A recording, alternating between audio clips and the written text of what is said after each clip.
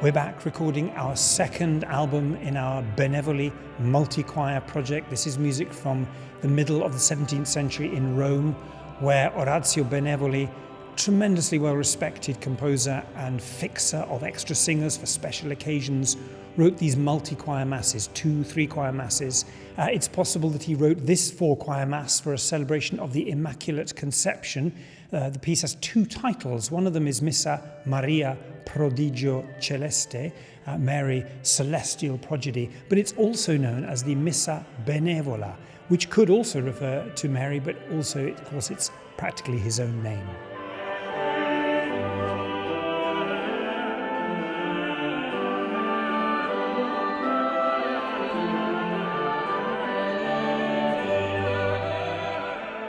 This is proper surround sound music.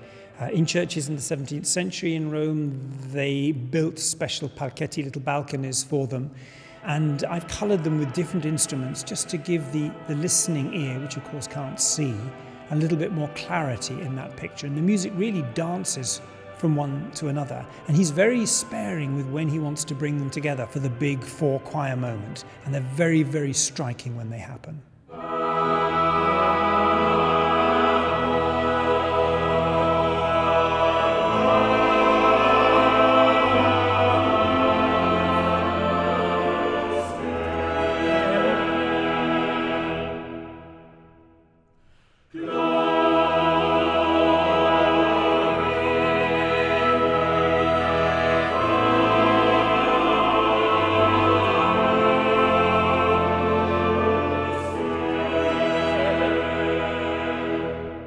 On our first Benevoli album of the 4-choir Missa to his Petrus, we accompanied it with some solo voice motets.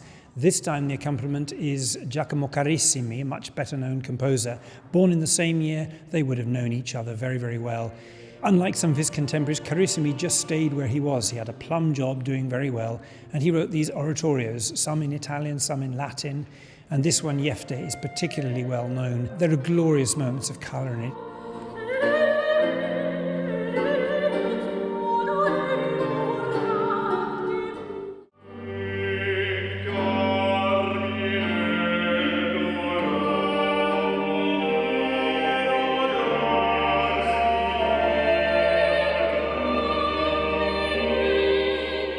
There's an outstanding lament in it, and the range of emotion from extreme delight and happiness to absolute bleak of despair is summed up in the last chorus.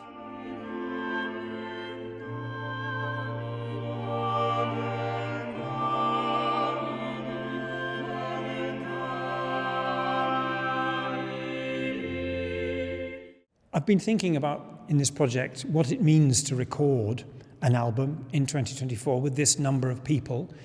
And it's many years since record companies actually paid for these projects. They become real projects of love, raising the money.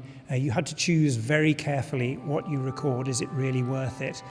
And so when all these instrumentalists and singers come together, it's a thing.